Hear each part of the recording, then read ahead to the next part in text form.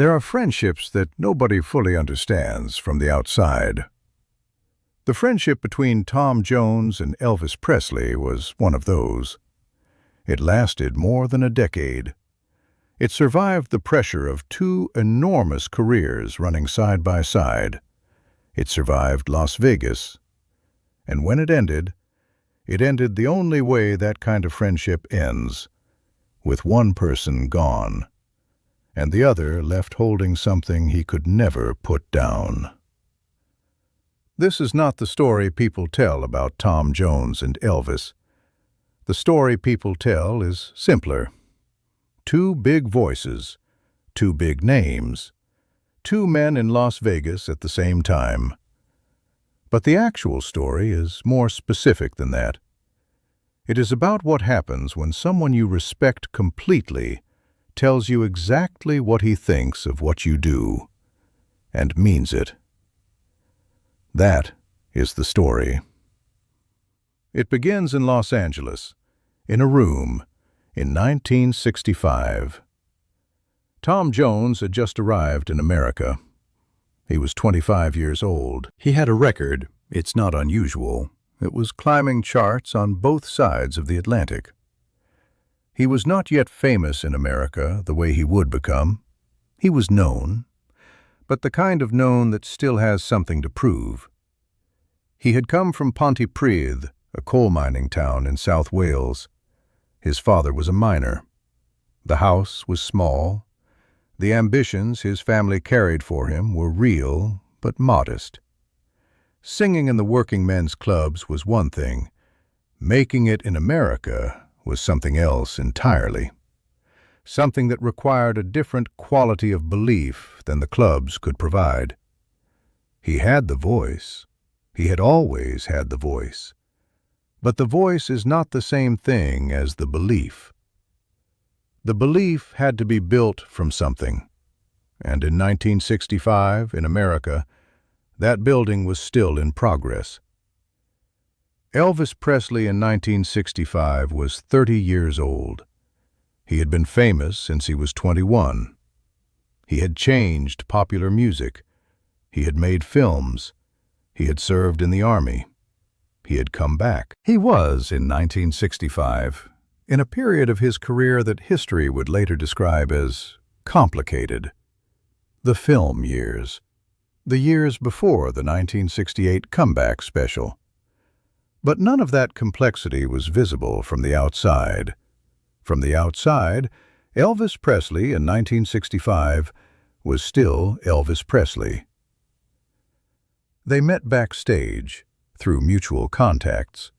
The meeting was arranged, and then it happened.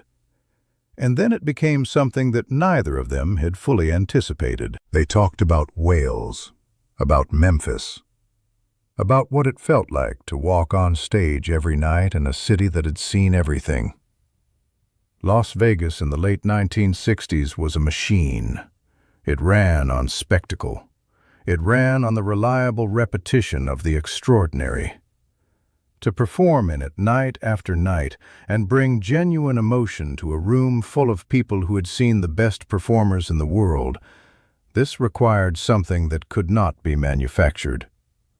Both men had it, and both men understood in each other what having it actually felt like. They talked about what it meant to come from somewhere that the music industry did not consider a starting point. Pontypridd was not Nashville. Memphis was not London. But both men had taken what their specific places had given them and had used it without apology, and the music was richer for it. There was a ring. This detail matters more than it might first appear. Gifts between performers at that level are common. They are part of the language of that world. But most gifts in that world are also part of the performance of that world. The ring was different. It was exchanged privately. It was not announced. It did not appear in interviews. It appeared instead on fingers. On hands that went on stage night after night in Las Vegas and held microphones and reached toward audiences. And on those hands, quietly, was the evidence of a private understanding between two men about what they meant to each other. And Elvis, when he died in August 1977, was wearing a ring that Tom Jones had given him.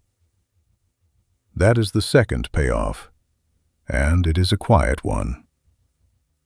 The public version of Elvis in August 1977 is large and painful and well documented. The Graceland years, the health, the isolation, the distance between the man and the performer he had been. What is less documented is what he was still carrying, what mattered to him in a private way. The ring from Tom Jones was one of those things. The photographs from those years show two men who are entirely comfortable in each other's company. That is a specific and rare quality in photographs of famous people. Famous people are rarely comfortable. They are performing comfort, performing ease, performing the warmth that is expected of them.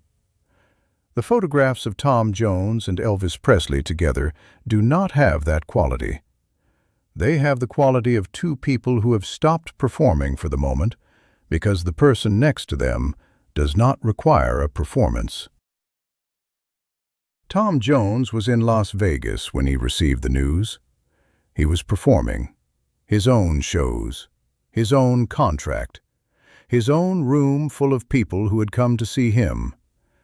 And then the news arrived, and the world that had contained Elvis Presley no longer did. Tom Jones did not perform that night. He could not. He had stood on that stage hundreds of times. He had sung through everything. But this was different. This was the specific silence that arrives when someone who was real to you is no longer in the world. The grief was not the grief of a fan losing an idol. It was the grief of a person losing a friend. Those are different things.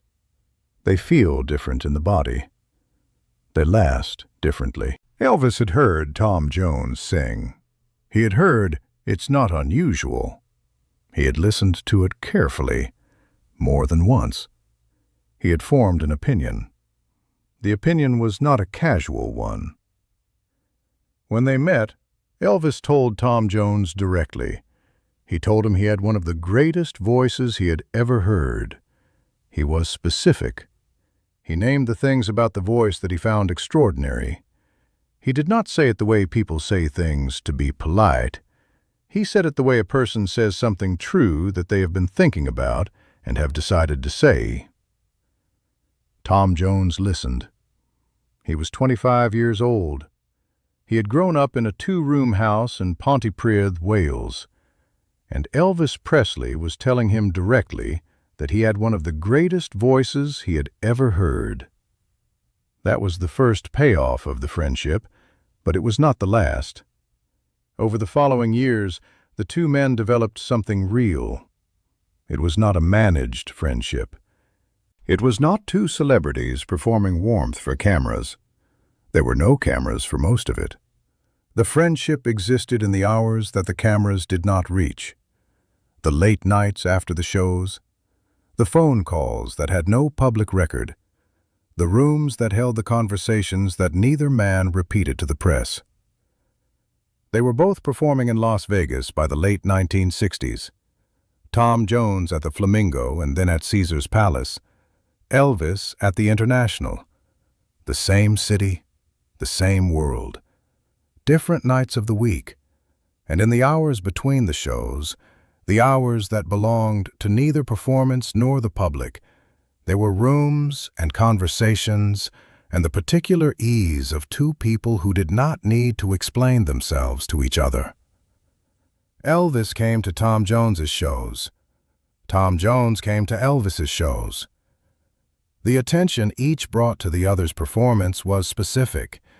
It was not the attention of colleagues being polite. It was the attention of one musician listening to another musician with genuine care about what he was doing. Elvis watched Tom Jones move. He watched the way Tom Jones used his whole body in a performance, the physicality, the complete engagement. And he recognized something he understood from the inside. Tom Jones watched Elvis and felt the same recognition. Two men from working-class backgrounds. Two men who had built their voices into instruments of enormous power. Two men who had found, in each other, someone who understood exactly what that building had cost. Elvis watched Tom Jones move. He watched the way the performance worked, the voice meeting the room responding. And Tom Jones watched Elvis and understood the same thing in reverse. Two men who had taken what their specific places had given them and had used it without apology, and the music was richer for it. What neither of them discussed publicly was what the Las Vegas years cost. The same showrooms, night after night. The same arrangements, the same lights. The same expectation that every performance would be the best one the room had ever seen. Las Vegas demanded this. It received it. But it also consumed it. Both men understood this. They had chosen this city. They were paying what the city asked. And having someone beside you who understood what the payment looked like, that was not nothing. What Tom Jones said afterward was measured. He was not a person who used his grief as public material. But what he said was true. He said Elvis had been his closest friend in the music world. He said he had never met anyone who understood what the voice cost the way Elvis did. He said the Las Vegas years, and the years they had shared those streets and those showrooms and those late-night conversations, were the years that had defined his relationship to the music in a way nothing else had. He also said something smaller. Something that does not get repeated as often as the larger statements. He said that when Elvis told him in 1965 that he had one of the greatest voices he had ever heard, it was the first time Tom Jones had allowed himself to fully believe it. Not the first time he had been told. He had been told by managers and by audiences and by chart positions and by booking contracts. But Elvis had said it differently. Elvis had said it as one person who understood voices to another person who had a voice. And that had been different. That had gone somewhere the other versions of the compliment had not reached. This is the final payoff. And it is not about Elvis. It is about what it means to be seen accurately by someone whose vision you trust. Tom Jones continued performing. He performed for decades after 1977. The voice did not diminish. If anything, it deepened. The decades after Elvis added something to the performances that the decades before could not have contained. A specific quality of having survived something, of having carried something forward that was not only your own. Tom Jones performed into his 80s. Millions of people heard the voice that Elvis had named as extraordinary in 1965. Most of them did not know what the voice was carrying. And somewhere in the archive, in the photographs, in the film footage, in the old interviews, there is evidence of all of it. Two men in Las Vegas, the same streets, the same late hours, the same understanding of what the voice costs, the same knowledge of what it means to come from somewhere small and build something enormous out of what that small place gave you. The ring changed hands. The friendship was real. The grief was real. And the voice that Elvis named on an afternoon in 1965 in Los Angeles, kept going It kept doing the thing that Elvis had heard in it, night after night, city after city, decade after decade. The people who witnessed the Las Vegas years remember two things clearly. They remember the performances, and they remember the respect. The specific quality of respect that passed between Elvis Presley and Tom Jones when they were in the same room. It was not the respect of rivalry pretending to be admiration. It was something quieter. Two men who had built their voices out of everything their lives had given them. Two men who understood, without needing to say it, that what the other was doing was real. That is the whole story.